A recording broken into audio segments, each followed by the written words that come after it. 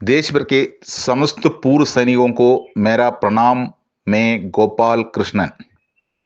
सबको पता है 7 नवंबर को जो माननीय प्रधानमंत्री जी के साथ में दिल्ली कैंट में जो अपना जनरल मानेक शाह का जो ऑडिटोरियम में जो OROP 3 का उपलब्धि गिनाने के लिए एक आयोजन कार्यक्रम रखा गया है। उसमें अपना प्रधानमंत्री को इनवाइट किया जा रहा था और रिटायर्ड लॉबी का बड़ा बड़ा अफसर भी उसमें इन्वॉल्व होंगे, उसमें शामिल होंगे और सर्विंग अफसर भी शामिल होंगे।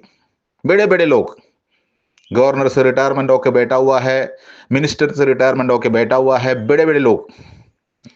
और आदेश ये था, राज्य सैनिक बोर्ड का जो डायरेक्टर के साथ में 2 आदमी जो जैसे जवान उसमें शामिल होंगे और बहुत चुपके से, मतलब उसको कोई ज्यादा पब्लिसिटी नहीं दिया है, उस आयोजित किया गया है।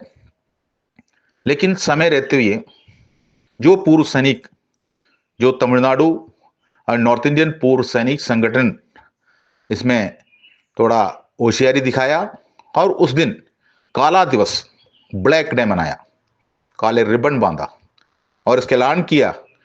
और तमिलनाडु से मोहन रंगन सर ने मैसेज जो प्रधानमंत्री और रक्षा मंत्री तक पहुंचा दी। तब जाके अपना प्रधानमंत्री जी ने उस प्रोग्राम में अटेंड करना उचित नहीं सोचा।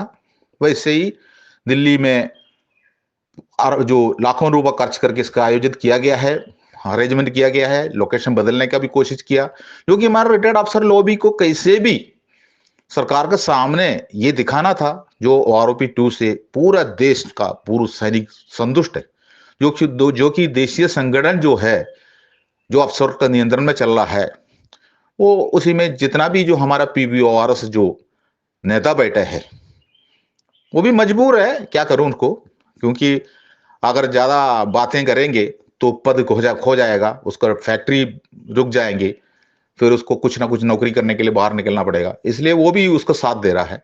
ठीक है। और लड़ाई लड़ने वाला जो जंतर मंतर में साल भर के लड़ाई लड़ो और सरकार को जगाते रहो, कुछ फायदा अगर मिलेगा तो उसको भी मिलेगा, उनका अच्छी तरह पता है। वो लोमड़ी का जैसा चालाकी से अपना जो संगठन चला रहा है।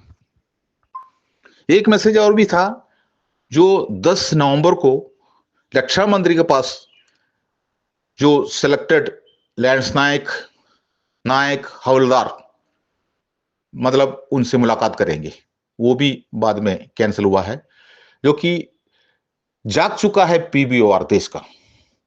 तो और एक जगह पर काला दिवस मनाते टाइम पर दूसरी जगह पर अगर मान लो जो इसी जैसा आयोजन करने से नुकसान के अलावा कुछ नहीं हो सकता है। दूसरी बात, साउथ इंडिया में तमिलनाडु के अलावा इसमें कोई असर नहीं पड़ा है। और हम आपको एक पेपर कटिंग, न्यूज़पेपर का कटिंग आपको परिचित कराना चाहता है, जो केरला का है, मलयालम भाषा में है, जो अपना कन्नूर में, केरला का कन्नूर में जो आज का दिन, आज 29 नवंबर है, कल 30 नवंबर है, परसों 1 दिसंबर 2024, ये 3 दिन पूर्व सैनिक सेवा परिषद द्वारा जो आयोजित किया हुआ पूर्व सैनिकों का एक बड़ा मीटिंग रैली तैयार किया गया है। उसी में हमारा केरल का जो गवर्नर जो है आरिफ मोहम्मद खान जी उसमें अटेंड होंगे और हमारा देश का माननीय रक्षा मंत्री राजनाथ सिंह जी भी उसी में शामिल होंगे। तो उसका बढ़ चढ़कर उसका तैयारियां हो रहा है। तो एक बात मैं कह रहा हूं, नॉर्थ इंडिया में अगर फेल हो जाता है तो साउथ इंडिया में उसके लिए सहारा होता है केरल में। जो जंतर मंतर का आंदोलन 1 साल चला, 392 डेज चला, उसके बीच में 2023 मार्च 13 तारीख को त्रिवेंद्रम में, केरल का त्रिवेंद्रम में रक्षा मंत्री के लिए एक कार्यक्रम आयोजित किया गया था, लेकिन जंतर मंतर का जो आंदोलनकारियों ने उसको विरोध करने के कारण वो स्थगित करना पड़ा। जो कि वहां पर एक मैसेज रक्षा मंत्री के पास यही गया, अगर जंतर मंतर पे आंदोलन करने वाला जैसे जवान का साथ में मुलाकात करके जो माननीय रक्षा मंत्री केरला में पहुंचिए, अन्यथा वहां का पूर्व सैनिक इस आंदोलन को, मतलब ये जो मीटिंग जो बना के रखा है त्रिवेंद्रम में, उसको बहिष्कार करेंगे। इसलिए रक्षा मंत्री जी ने समय रहते हुए उसको कैंसिल किया। बाद में जो हमारा जंतर मंतर का आंदोलन को आगे बढ़ते हुए जो हमारा जेसीयू जवान का खुद का एक संगठन खड़ा होने वाला बात आ गया, तो 1 तारीख से लेकर 1 अप्रैल से लेकर जो 7 अप्रैल तक जंतर मंतर में अफसरों का जमवाड़ा शुरू हो गया। उनका कहना यही था, जो अकेला में जेसीयू जवान का कोई संगठन नहीं बन सकता है, तो अफसरों को भी, अफसर का संगठन को भी उसके अंदर समर्थन देंगे, लेना पड़ेगा। अगर नहीं तो आपका जो जेसीयू जवान के लिए जो संगठन बना रहा है वो कभी कामयाब नहीं होंगे, उनका रजिस्ट्रेशन नहीं होंगे।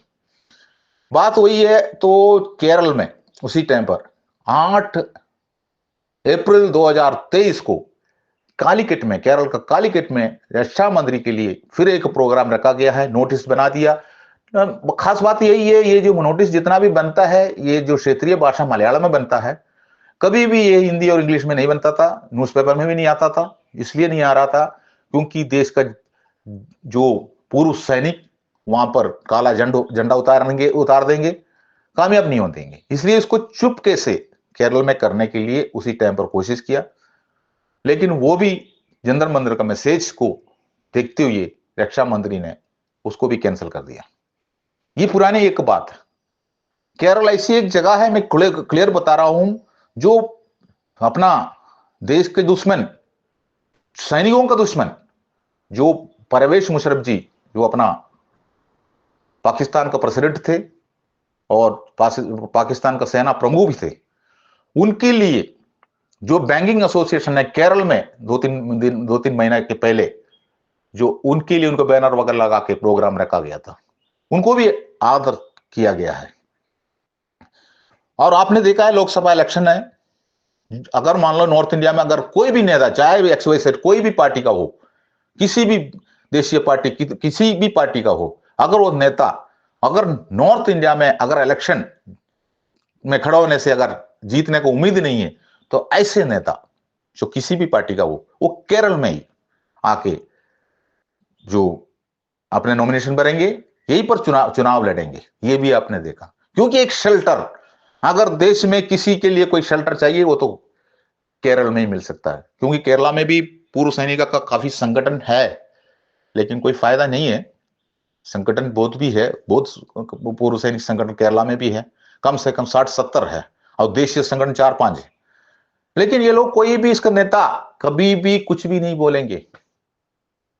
एक काला रिबन अपने शर्ट के ऊपर लगाने के लिए भी उन्होंने कभी किसी जगह पर उन्होंने सोशल मीडिया का सहारा लेते हुए कभी भी इसके बारे में कोई ऐलान नहीं करेंगे। लेकिन सब होने के बाद व्हाट्सएप के अंदर बैठ के रोना शुरू कर देंगे, मतलब डमी हरकत करेंगे। चाहे बैंक, जो हमने ये भी देखा है, बैंक का जो परवेज मुशर्रफ को जो बैंकिंग एसोसिएशन ने उनके लिए मुख्य अतिथि बनाकर उसका बैनर लगा दिया।